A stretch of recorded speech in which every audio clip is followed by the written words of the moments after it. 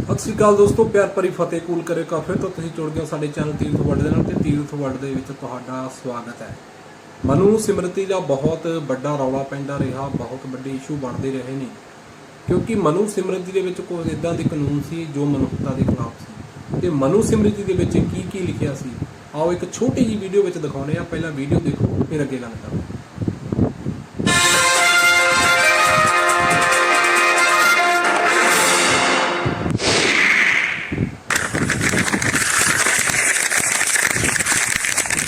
मनुस्मृति में शूद्रों के लिए क्या क्या घटिया बातें लिखी हैं।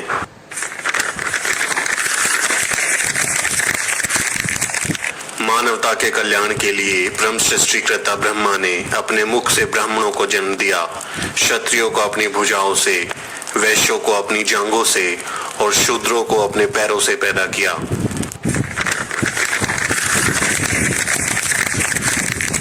भगवान ने कहा है कि एक शूद्र का कर्तव्य है कि ऊपरी वर्णों की श्रद्धा पूर्वक सेवा करे, उसका यही धर्म है।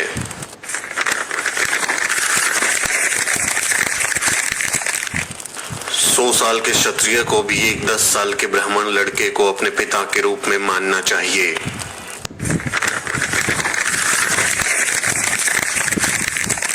ब्राह्मण को भोजन के लिए कभी भी अन्य वर्णों के व्यक्तियों को आमंत्रित नहीं करना चाहिए। अगर कोई ब्राह्मण से भोजन मांगता है तो ब्राह्मण कुछ बचा खुचा दे सकता है, लेकिन वो भी उसके नौकर घर के बाहर देंगे।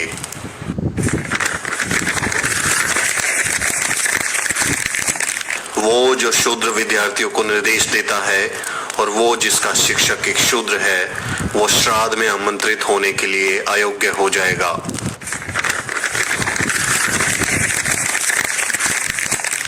एक शूद्र शिक्षा प्राप्त करने के लिए अयोग्य है। ऊपरी वर्ण शूद्र को शिक्षा या सलाह ना दें।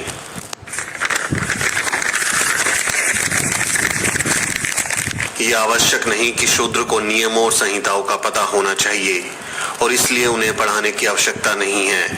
जो इसका उल्लंघन करेगा वो नरक में जाएगा।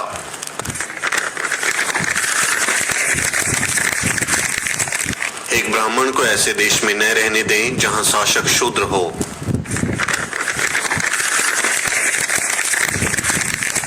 शूद्रों की उपस्थिति में वेदों को कभी नहीं पढ़ना चाहिए।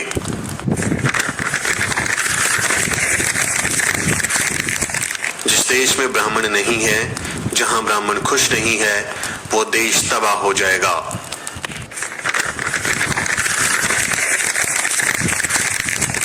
सिर्फ एक ब्राह्मण सभ्य होता है, वो न्यायाधीश के रूप में कार्य करे, लेकिन शूद्र कभी ऐसा नहीं कर सकता।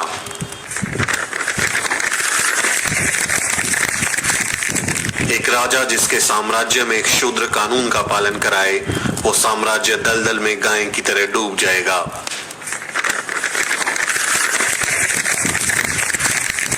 अगर कोई ब्राह्मण को गुलाम बनाने की कोशिश करता है तो उस पर 600 पण का जुर्माना लगाना चाहिए।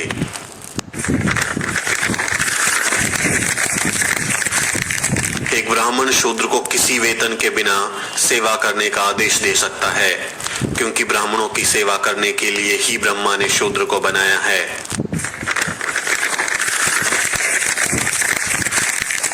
भले ही एक ब्राह्मण शूद्र को गुलामी से मुक्त कर दे, लेकिन शूद्र फिर भी गुलाम बना रहता है। किसी को भी उसे मुक्त करने का अधिकार नहीं है।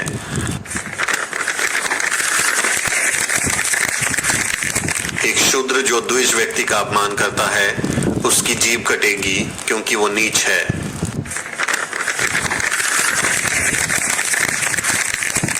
अगर शूद्र द्विज नामों और जातियों का उल्लेख करता है तो एक 10 उंगली लंबी लोहे की कील गर्म करके उसके मुंह में डाल दी जाए।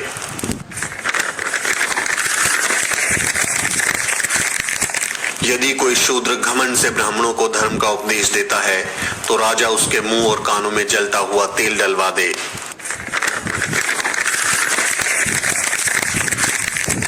एक शूद्र जो ऊंची जाति के महिला के साथ संभोग करता है तो उसे मौत के घाट उतार दिया जाना चाहिए और उसकी संपत्ति को जब्त कर लिया जाना चाहिए।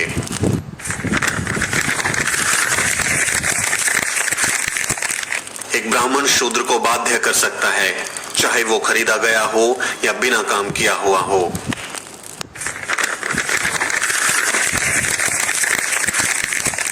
किसी भी शूद्र के पास खुद की संपत्ति नहीं होनी चाहिए। उसके पास खुद का कुछ भी नहीं होना चाहिए। एक धनी शूद्र का अस्तित्व ब्राह्मणों के लिए बुरा है। एक ब्राह्मण शूद्र के माल पर अधिकार कर सकता है।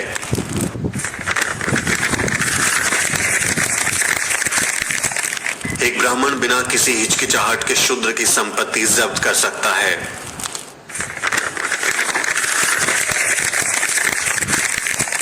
एक शूद्र जो सिर्फ अपना पेट भरना चाहता है, एक वैश्य की सेवा कर सकता है।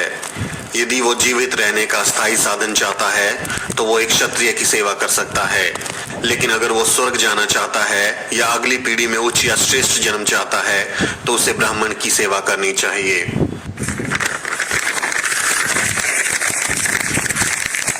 एक शूद्र का सबसे पवित्र कर्तव्य ब्राह्मणों की सेवा करना है।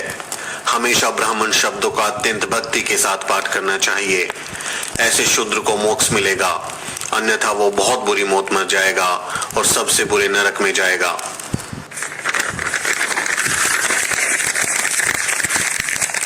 एक शूद्र जो स्वर्ग के लिए ब्राह्मणों की सेवा करता है उसे ब्राह्मणों का नौकर कहा जाएगा।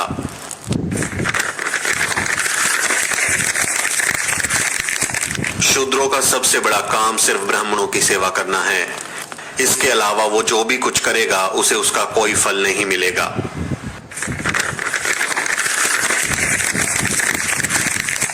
ब्राह्मण शूद्रों को बचा हुआ भोजन, पुराने फटे कपड़े, खराब अनाज और पुराने बर्तन दे सकता है।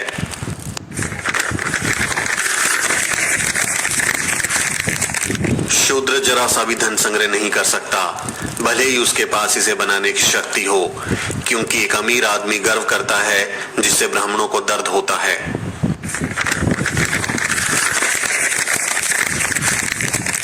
एक ब्राह्मण शूद्र से कभी भीख नहीं मांगेगा।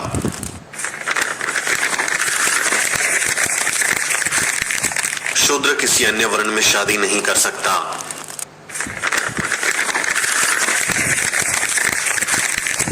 एक ब्राह्मण के नाम का पहला भाग कुछ शुभ संकेत देता है।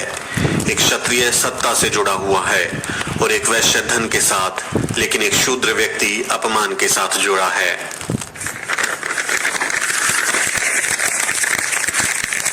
एक ब्राह्मण के नाम का दूसरा भाग क्षत्रिय का एक शब्द सुख देने वाला शब्द होता है, जो वैश्य की रक्षा करने वाला और शूद्र की अभिव्यक्ति निरूपण सेवा का शब्द व्यक्त करने वाला होता है।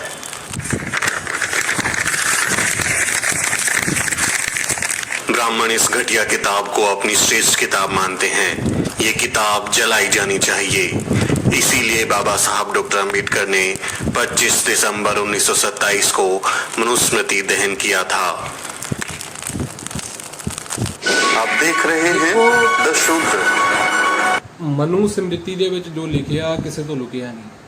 ਕਿਵੇਂ ਮਨੁੱਖਤਾ ਨੂੰ ਤਾਰ-ਤਾਰ ਕੀਤਾ ਗਿਆ। ਇਹਦੇ ਵਿੱਚ ਮਨੂ ਸਮ੍ਰਿਤੀ ਵਿੱਚ ਜੋ ਚੀਜ਼ਾਂ ਲਿਖੀਆਂ ਸੀ ਉਹ ਮਨੁੱਖਤਾ ਦੇ ਉਲਟ ਸੀਗੀਆਂ।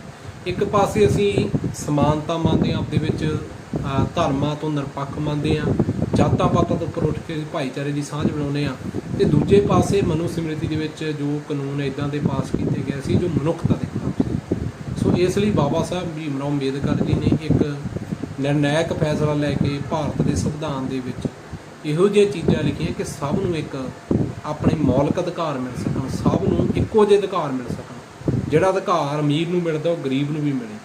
ਦਲਿਤ ਸ਼ਬਦ ਜੋ ਵਰਤਿਆ ਗਿਆ ਉਹ ਬਹੁਤ ਹੀ ਘਿਨਾਉਣਾ ਸ਼ਬਦ ਵਰਤਿਆ ਗਿਆ ਸੀ, ਪਰ ਅੱਜ ਵੀ ਸਾਨੂੰ ਉਹੀ ਨਾਂ ਲੈ ਕੇ ਸੰਬੋਧਨ ਕੀਤਾ ਜਾ ਰਿਹਾ। ਸੋ ਇਹੀ ਚੀਜ਼ਾਂ ਸੀ। ਵੀਡੀਓ ਵਿਅਕਤੀ ਤੁਸੀਂ ਦੇਖ ਲਈ, ਵੀਡੀਓ ਵਿੱਚ ਕੁਝ ਸਿੱਖਣ ਨੂੰ ਮਿਲਿਆ ਹੋਵੇ, ਜਾਣਕਾਰੀ ਮਿਲੀ ਹੋਵੇ ਤਾਂ ਵੀਡੀਓ ਨੂੰ ਲਾਈਕ, ਸ਼ੇਅਰ, ਕਮੈਂਟ ਜ਼ਰੂਰ ਕਰਿਓ। ਸਤਿ ਸ਼੍ਰੀ ਅਕਾਲ।